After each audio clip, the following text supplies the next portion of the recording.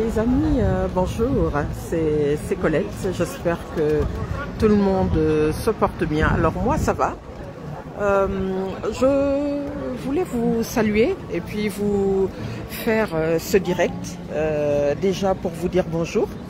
Voilà, je viens d'assister, je vous l'ai dit depuis hier, je viens d'assister à la messe consacrée au sein donc de la paroisse Saint-Louis d'Antin, donc le Saint-Louis de France. Je voulais vous dire qu'on a assisté à une très très belle cérémonie. Comme vous le savez, Saint-Louis était un roi donc, au Moyen-Âge, donc Louis IX, donc c'était son titre officiel. Mais c'était aussi un homme extrêmement pieux, voilà, extrêmement dévot, qui avait fait énormément de choses pour ses contemporains. Donc il s'occupait des pauvres, il avait également régularisé, comme on dit, les taxes. Il est à l'origine aussi, hier j'ai oublié de vous en parler dans le direct, il est à l'origine de ce qu'on appelle la réforme, c'est une réforme, c'est une grande réforme, surtout pour l'époque.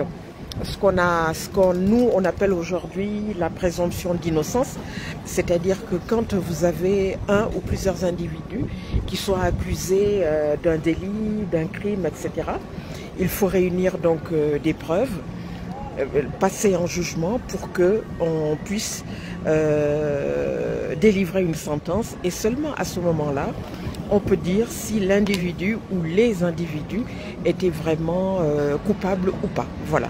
Donc Saint-Louis est également à l'origine donc de cette nouveauté-là. Voilà, j'espère que tout le monde se porte bien. Moi j'ai été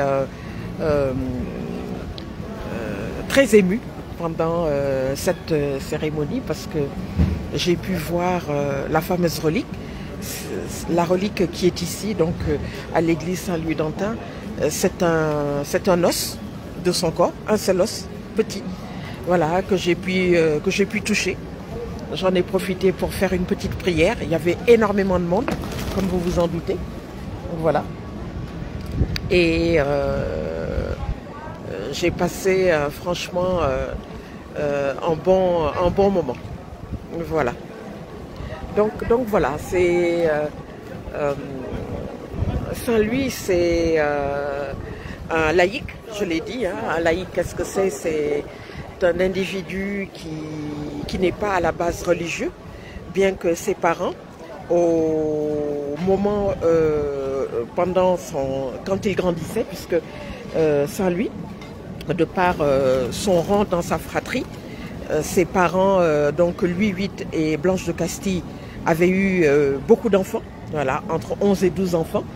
8 sont arrivés à l'âge adulte, une bénédiction, puisque, comme vous le savez, à l'époque, il y avait encore beaucoup de mortalité infantile et de mortalité maternelle également. Mais il était 4e ou 5e dans la fratrie et il n'était pas décidé à régner. Voilà. Donc, ses parents souhaitaient qu'il embrasse donc la vocation religieuse. Donc, très tôt, il a été en contact avec le monde religieux. Donc, c'est quelqu'un qui a grandi avec énormément de ferveur religieuse. Et le destin a voulu que lui puisse être roi de France. Et en étant roi de France, il a continué donc bien sûr on va dire ce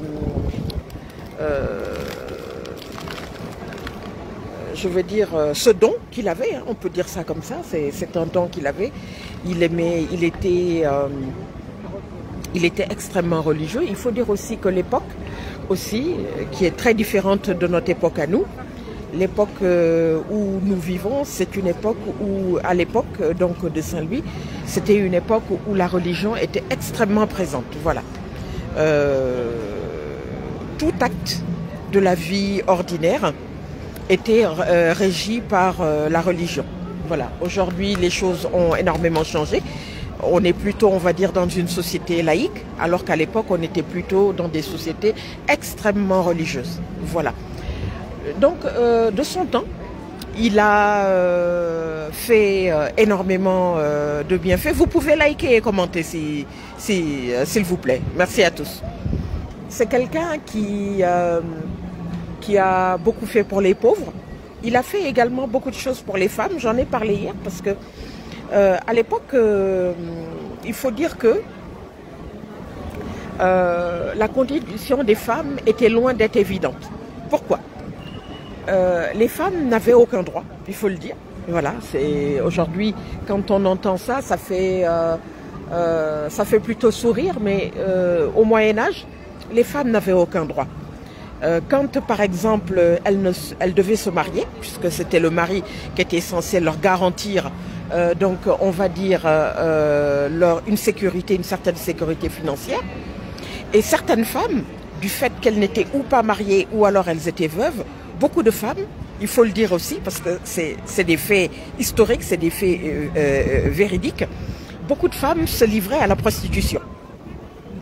Donc, Saint-Louis a voulu changer cela en luttant contre la prostitution pour dire que, bon, voilà, même si voilà, vous étiez une femme, mais vous pouviez quand même avoir des droits, on va dire, minimum.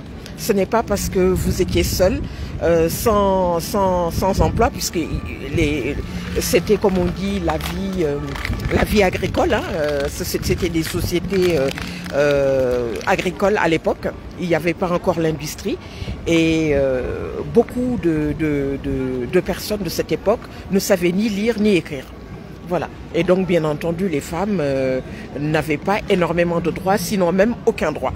Donc, Saint-Louis, dans son souci d'égalité, donc au sein de la société, a voulu faire cela pour mettre, comme on dit, à niveau donc tous les citoyens, que ce soit femmes ou hommes.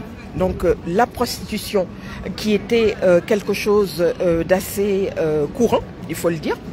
Donc il va tout faire pour y mettre en tout cas un frein. Voilà. Les choses ont beaucoup évolué aujourd'hui, donc les femmes ont des droits, elles travaillent, etc. Elles sont indépendantes pour la plupart, en tout cas financièrement, en tout cas pour beaucoup d'entre elles. Mais à l'époque, ce n'était pas évident. Il y avait aussi donc le côté financier, puisque à l'époque, il y avait aussi ce qu'on appelle les taxes. Vous savez que bon, le commerce a toujours existé hein, depuis la nuit des temps. Et Saint-Louis aussi donc a lutté contre tout ce qu'on appelait, vous savez, les taux usuriers. Vous savez que par exemple, quand vous voulez faire des emprunts, etc., quand vous voulez par exemple, emprunter de l'argent, avoir un petit pécule, vous étiez obligé de vous adresser à certaines personnes. Voilà. Et c'est vrai que souvent, comme ce n'était pas très réglementé, il y avait beaucoup d'abus. Donc, Saint-Louis de France, de son temps, donc a voulu également réglementer ce côté économique. Voilà. C'est très très important. Voilà. Donc il a fait énormément de choses, bien entendu. On a parlé également donc de des miracles, des personnes par exemple au moment où la dépouille de Saint-Louis revient de Tunis en 1270, puisqu'il est décédé lors de la croisade de bilharziose et de scorbut. C'était les maladies de l'époque. Des personnes qui étaient près du cercueil ont été guéries. Ça a été attesté et c'est pour cela que quand il y a eu le procès en sainteté qui a été demandé, lorsqu'on a fait des enquêtes de moralité, lorsqu'on a fait des enquêtes au sein de la famille royale, au sein des compagnons qu'il avait également, les compagnons de combat, puisqu'il a fait les dernières croisades, voilà. il a beaucoup de personnes, en tout cas ceux qui l'ont côtoyé, ont mis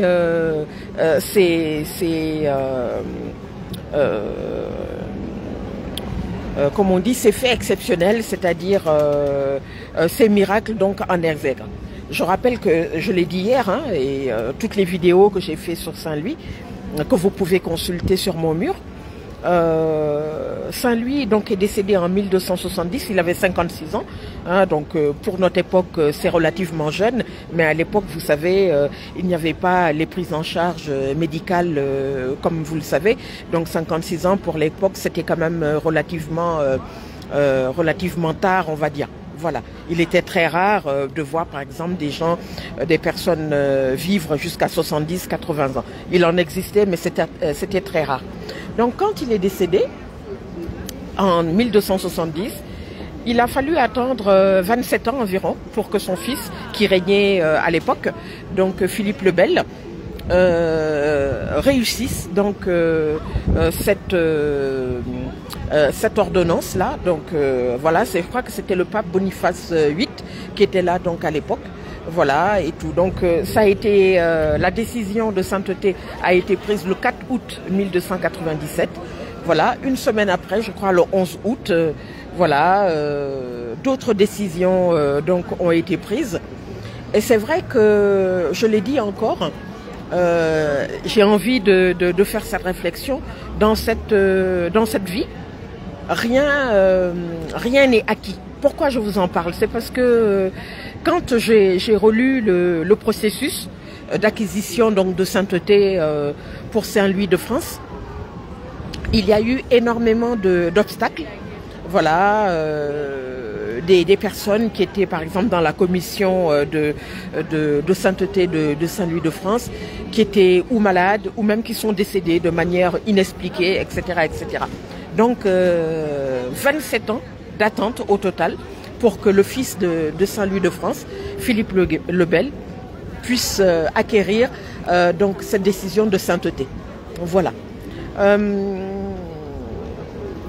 J'ai envie après pour finir avec cette vidéo sur Saint-Louis. Saint-Louis était d'ailleurs le prêtre en a parlé tout à l'heure, le prêtre qui a fait le sermon.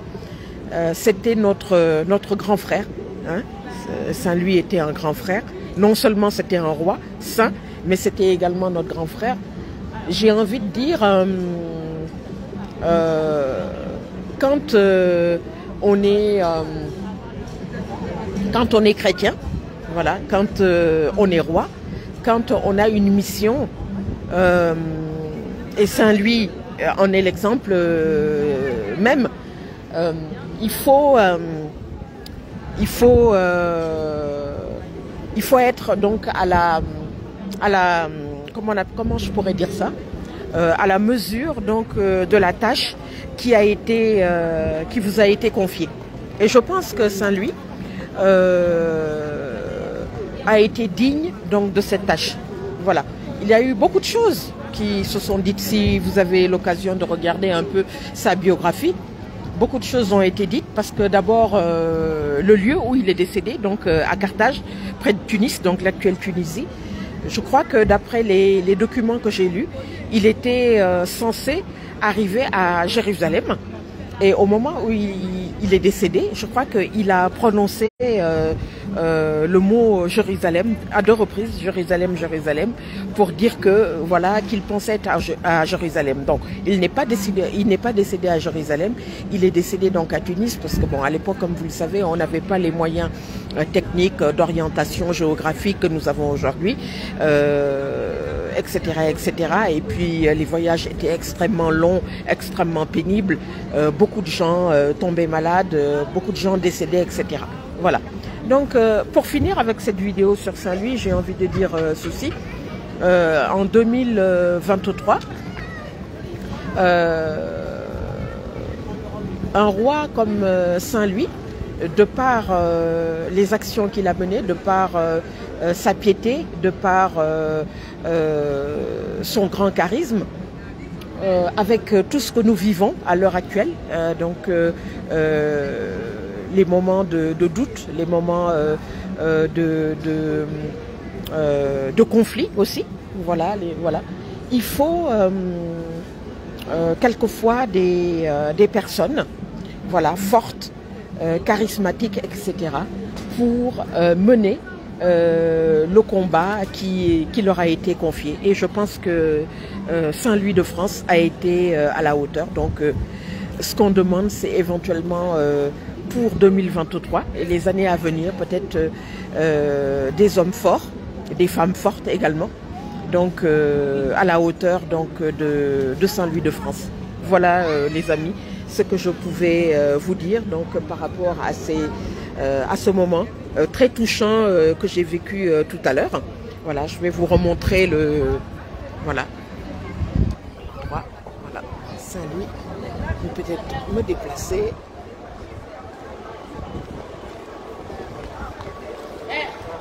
Voilà.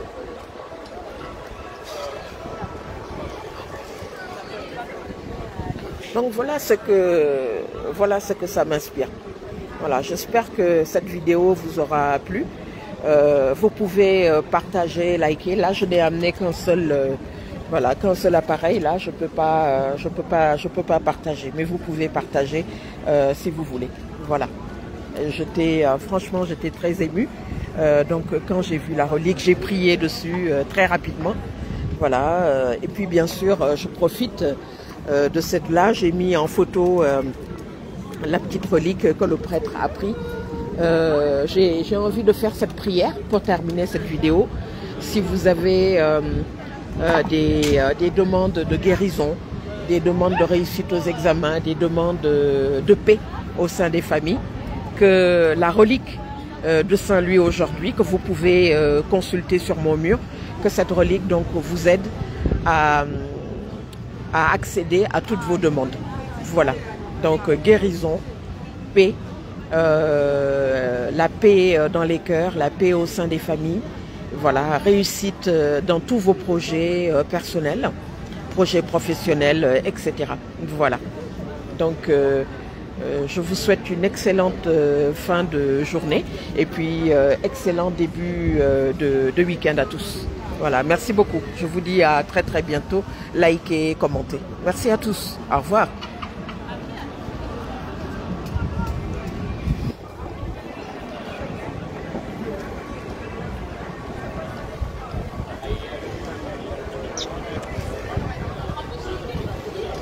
À très bientôt les amis.